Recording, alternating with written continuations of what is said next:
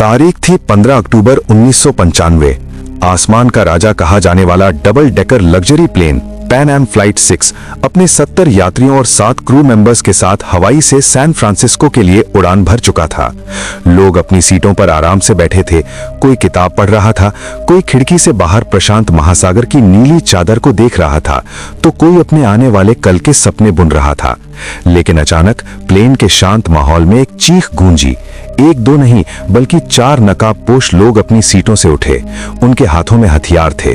उन्होंने प्लेन को हाईजैक कर लिया था। यात्रियों की सांसें थम गई। बच्चों का रोना और बड़ों की घबराहट से पूरा प्लेन गूंज उठा। ये खबर जैसे ही एटीसी तक पहुंची, धरती पर हड़कंप मच गया। रेस्क्यू मिशन की तैयारियां शुरू हो गईं, लेकिन इससे पहले कि कोई कुछ समझ पाता, ठीक 5 मिनट बाद पैन एम फ्लाइट 6 रडार से हमेशा के लिए गायब हो गई। इसके पीछे का कारण पहला तो हाईजैकर्स ने प्लेन का लोकेशन सिस्टम बंद कर दिया था, पर असली खतरा तो कुछ और ही था। एक ऐसा खतरा जिसे इंसान कंट्रोल नहीं कर सकता। प्लेन सीधा प्रशांत महासागर के सबसे बड़े और खतरनाक तूफान टाइफून के मुंह में जा चुका था। भयानक हवाएं प्लेन को किसी खिलौने की तरह उछाल रही थीं। पायलट अपनी पूरी ताकत से प्लेन को बचाने की कोशिश कर रहा था, पर अगले 2 घंटे तक प्लेन का कंट्रोल प्रकृति के हाथों में था। और 2 घंटों के इस जानलेवा संघर्ष के बाद प्लेन का एक इंजन फेल हो गया और इसके थोड़ी देर बाद दूसरा इंजन भी फेल हो गया। प्लेन आग के गोले की तरह सीधा समुद्र की ओर गिरने लगा। प्लेन समुद्र की सतह से टकराने ही वाला था कि कुछ लोगों ने हिम्मत दिखाई और हाईजैकरों को मार गिराया और टूटे हुए दरवाजे से ठंडे और अनजान समुद्र में छलांग लगा दी। प्लेन एक भयानक धमाके के साथ पानी में समा गया, लेकिन 60 लोग किसी तरह बच गए थे। उनके चारों तरफ मीलों तक सिर्फ और सिर्फ प्रशांत महासागर की डरावनी लहरें थीं। किस्मत से जहां प्लेन क्रैश हुआ था, उससे बस 100 मीटर की दूरी पर एक चट्टान समुद्र से बाहर निकली हुई थी। सबने अपनी बची कुची ताकत लगाकर उस चट्टान पर पनाह ली। भीगे हुए, कांपते हुए, डरे हुए वे 60 लोग उस छोटी सी चट्टान पर एक दूसरे से लिपटे हुए थे। उनके पास ना तो कोई फोन था, ना कोई सिग्नल, ना कोई उम्मीद। प्लेन का मलबा भी गहरे पानी में डूब चुका था। तभी एक पैसेंजर को याद आया कि उसके बैग में एक दूरबीन थी जो किसी तरह उसके साथ बच गई थी। उसने कांपते हाथों से दूरबीन उठाई और चारों तरफ देखने लगा, और तभी उसे एक उम्मीद की किरण दिखी। लगभग आधा किलोमीटर दूर धुंध में लिपटा एक छोटा सा द्वीप। वो चिल्लाया, आइलैंड, वहां एक आइलैंड है। जो लोग तैरना जानते थे, उन्होंने एक पल भी नहीं गवाया। उन्होंने मौत के इस महासागर में फिर से छलांग लगा दी। नीचे खतरनाक शार्क थी, ऊपर ऊंची ऊंची लहरें, लेकिन जीने की इच्छा इन सबसे बड़ी थी। घंटों की मशक्कत के बाद सिर्फ 15-20 लोग ही उस द्वीप के रेतीले किनारे तक पहुंच पाए, बुरी तरह थके हुए लेकिन जिंदा। द्वीप पर पहुंचे लोगों ने एक पल भी आराम नहीं किया। उन्हें पता था कि चट्टान पर फंसे बाकी लोगों को यहां लाना होगा, वरना वे लहरों या भूख प्यास से मर जाएंगे। उन्होंने द्वीप पर पड़ी सूखी लकड़ियों और बेलों को इकट्ठा किया और किसी तरह एक काम चलाऊ बेड़ा बनाया। उस टूटे फूटे बेड़े को लेकर वे दोबारा उस जानलेवा समंदर में उतर गए। एक एक करके कई चक्कर लगाकर उन्होंने चट्टान पर फंसे हर इंसान को द्वीप पर पहुंचाया। जब सारे 60 लोग उस अनजान जमीन पर इकट्ठा हुए, तब जाकर उन्हें अपनी असली हालत का एहसास हुआ। ये कोई जन्नत नहीं थी, ये एक सुनसान वीरान द्वीप था। कुछ नारियल के पेड़, थोड़ी बहुत जंगली झाड़ियां और चारों तरफ सिर्फ रेत। ना खाने का कोई इंतजाम, ना पीने के पानी का कोई स्रोत।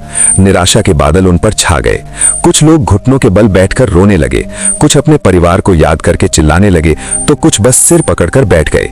यकीन नहीं कर पा रहे थे कि वे वाकई जिंदा हैं या ये कोई भयानक सपना है। इसी हताशा के बीच एक स्कूल टीचर मिस्टर डेविड आगे आए।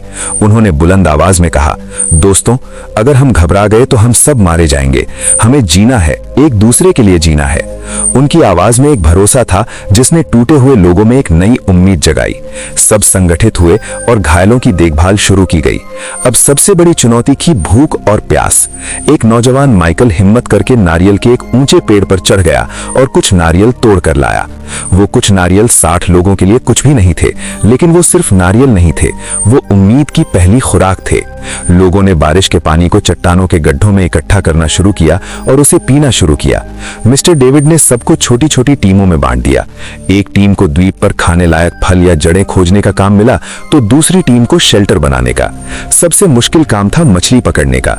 कुछ नौजवानों ने पेड़ों की नुकीली डालियों से भाले बनाए और घंटों समंदर के किनारे खड़े रहकर मछली पकड़ने की कोशिश करने लगे।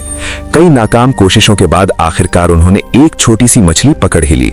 उस दिन जब उस मछली को आग पर पकाया गया तो उसकी खुशबू किसी दावत से कम नहीं थी। सबने उसका एक एक छोटा टुकड़ा खाया। वो सिर्फ एक मछली का टुकड़ा नहीं था, वो उनकी पहली जीत थी। उस पल ने उन्हें सिखाया कि अब यही उनकी जिंदगी है जहां हर चीज को बांटकर जीना होगा। दोस्तों, कहानी में आगे क्या हुआ ये जानने से पहले एक छोटी सी रिक्वेस्ट। अगर आपको ये सच्ची घटना दिल को छू रही है तो प्लीज इस वीडियो को एक लाइक कर दीजिए और चैनल को सब्सक्राइब करना मत भूलिएगा। आपका एक सब्सक्राइब हमें ऐसी ही और कहानियां आप तक लाने की हिम्मत देता है। दिन हफ्तों में और हफ्ते महीनों में बदलने लगे। अब उन्हें समझ आ गया था कि मदद शायद कभी नहीं आएगी, उन्हें यहीं जीना होगा। उन्होंने पेड़ों की पत्तियों, डालियों और नारियल के रेशों से छोटी छोटी झोपड़ियां बनानी शुरू कर दी। पहली बारिश में ही उनकी सारी मेहनत पर पानी फिर गया। झोपड़ियां लीक करने लगी, लेकिन उन्होंने हार नहीं मानी और ज्यादा मजबूती से शेल्टर बनाए। जरूरत ने उन्हें वो सब कुछ सिखा दिया जो उन्होंने कभी सोचा भी नहीं था। कुछ लोगों ने मछली को धुआं देकर सुखाना सीख लिया ताकि उसे लंबे समय तक बचाया जा सके। एक महिला जो नर्स थी, उसने जंगली पत्तों से छोटी मोटी चोटों और बीमारियों का इलाज करना सीख लिया। उन्होंने फैसला किया कि अगर यहाँ जीना है तो भविष्य के लिए सोचना होगा। उन्होंने नारियल के बीजों को द्वीप के चारों तरफ बोना शुरू किया, जंगली पौधों की कलमों को लगाना शुरू किया। उन्होंने समंदर के किनारे रेत पर नारियल के पेड़ों को गिराकर एक बहुत बड़ा हेल्प लिखा, इस उम्मीद में कि शायद कोई हवाई जहाज इसे देख ले। एक दिन दूर आसमान में एक जहाज दिखा भी। सब पागलों की तरह चिल्लाए, आग जलाकर धुआं किया, लेकिन जहाज ने उन्हें नहीं देखा और गुजर गया। उस दिन कई लोगों की उम्मीद पूरी तरह टूट गई। शुरुआती 2-3 महीने सबसे कठिन थे। अनजान द्वीप का माहौल, खाने की कमी और साफ पानी न होने की वजह से बीमारियां फैलने लगी। निराशा और अकेलेपन ने कई लोगों को मानसिक रूप से तोड़ दिया। एक एक करके 10 लोगों ने दम तोड़ दिया। हर मौत उनके लिए एक गहरा सदमा होती। वे अपने साथी को अपने हाथों से रेत में दफनाते और असहाय होकर रोते। अब वो 60 से 50 रह गए थे। उधर बाहरी दुनिया में महीनों के सर्च ऑपरेशन के बाद भी जब पैनम फ्लाइट 6 का कोई सुराग नहीं मिला तो सरकार ने उन्हें मृत घोषित कर दिया। उनके परिवारों के लिए शोक सभाएं हुई, अखबारों में उनके नाम छापे गए। दुनिया के लिए वे 77 लोग अब प्रशांत महासागर की गहराइयों में दफने एक दर्दनाक याद बनकर रह गए थे। उन्हें नहीं पता था कि उनमें से 50 लोग अभी भी एक अनजान द्वीप पर हर दिन मौत से लड़ रहे थे, इस उम्मीद में कि कोई उन्हें बचाने आएगा। लेकिन दुनिया उन्हें भुला चुकी थी। ये उनके संघर्ष का सबसे काला अध्याय था, जब उन्हें लगा कि वे अब हमेशा के लिए यहीं फंस गए हैं। 2 साल बीत चुके थे। जिंदगी अब एक ढर्रे पर आ गई थी। उन्होंने जीना सीख लिया था और फिर उस वीरान द्वीप पर एक चमत्कार हुआ। एक महिला ने एक स्वस्थ बच्ची को जन्म दिया। उस बच्ची की पहली किलकारी ने पूरे द्वीप के माहौल को बदल दिया। जहां अब तक सिर्फ मौत और निराशा थी, वहां अब जिंदगी का संगीत गूंज रहा था। हर कोई उस नन्ही जान को देखने आया। उनकी आंखों में आंसू थे, लेकिन इस बार ये आंसू खुशी के थे। उस बच्ची ने सबको जीने की एक नई वजह दे दी। वो सिर्फ एक बच्ची नहीं थी, वो इस बात का सबूत थी कि सबसे मुश्किल हालातों में भी जिंदगी हार नहीं मानती। वो उनकी उम्मीद की नई मशाल थी। लोगों ने उस दिन को एक त्योहार की तरह मनाया, क्योंकि 2 साल बाद मौत पर जिंदगी की जीत हुई थी। अब उन्हें सिर्फ खुद के लिए नहीं, बल्कि इस नई पीढ़ी के लिए भी जीना था और इस द्वीप को एक बेहतर जगह बनाना था। देखते देखते 10 साल गुजर गए। द्वीप पर अब जिंदगी का एक सिस्टम बन चुका था। मिस्टर डेविड ने बच्चों के लिए एक छोटा सा स्कूल खोल दिया था, जहां वे उन्हें पढ़ना, लिखना और दुनिया के बारे में बताते थे। उस दुनिया के बारे में जिसे इन बच्चों ने कभी देखा ही नहीं था। सबने अपने अपने काम बांट लिए थे। कुछ लोग मछली पकड़ते, कुछ खेती करते, कुछ बच्चों की देखभाल करते। उन्होंने अपने मनोबल को बनाए रखने के लिए प्लेन क्रैश की बरसी को सर्वाइवल डे के रूप में मनाना शुरू कर दिया। उस दिन वे गाना गाते, कहानियां सुनाते और उन साथियों को याद करते जो अब उनके साथ नहीं थे। इन 10 सालों में द्वीप पर 5 और बच्चों का जन्म हुआ, लेकिन इस दौरान बीमारियों और हादसों में 7 और बड़े लोग अपनी जान गंवा चुके थे। अब द्वीप की कुल आबादी बच्चों को मिलाकर 48 थी। एक दिन फिर वही हुआ। आसमान में एक प्लेन की गूंज सुनाई दी। सब फिर से दौड़े, फिर से चिल्लाए, लेकिन नतीजा वही रहा। प्लेन उन्हें बिना देखे गुजर गया। बार बार मिलती निराशा ने अब उन्हें तोड़ना बंद कर दिया था। शायद उन्होंने इसे ही अपनी किस्मत मान लिया था। पूरे 13 साल बीत चुके थे। जो बच्चे द्वीप पर पैदा हुए थे वे अब किशोर हो चुके थे। उनके लिए यही दुनिया थी, यही घर था। जो बड़े थे वे अब बूढ़े हो चले थे। उनके चेहरे पर संघर्ष की लकीरें साफ दिखती थीं। फिर एक सुबह एक ऐसी आवाज सुनाई दी जो उन्होंने 13 सालों में नहीं सुनी थी। एक बड़े जहाज के हॉर्न की आवाज। पहले तो उन्हें यकीन ही नहीं हुआ। उन्हें लगा कि ये भी उनका कोई वहम है। लेकिन जब आवाज दोबारा आई तो सब पागलों की तरह समंदर के किनारे की ओर भागे। उन्होंने अपनी पूरी ताकत से आग जलाई, चिल्लाए, हाथ हिलाए। उनकी आंखों में एक आखिरी उम्मीद की चमक थी। और इस बार चमत्कार हुआ। जहाज ने उन्हें देख लिया था।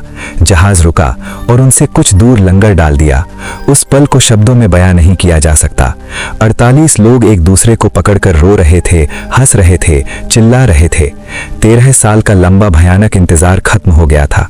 जब रेस्क्यू टीम नाव से द्वीप पर पहुंची तो उनकी आंखों में भी आंसू थे। वे उन लोगों को देख रहे थे जिन्हें दुनिया मरा हुआ मान चुकी थी।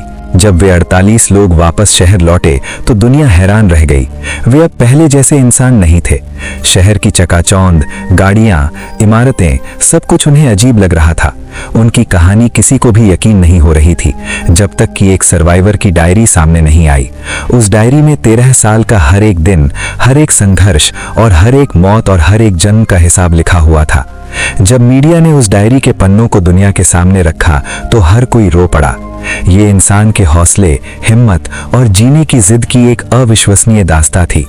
इस सच्ची घटना पर बाद में एक किताब भी लिखी गई जिसका नाम था the lost survivors of flight 6, 13 years on the island. ये कहानी आज भी हमें सिखाती है कि उम्मीद की एक छोटी सी किरण भी सबसे घने अंधेरे को चीर सकती है और इंसान का हौसला हर मुश्किल से बड़ा होता है।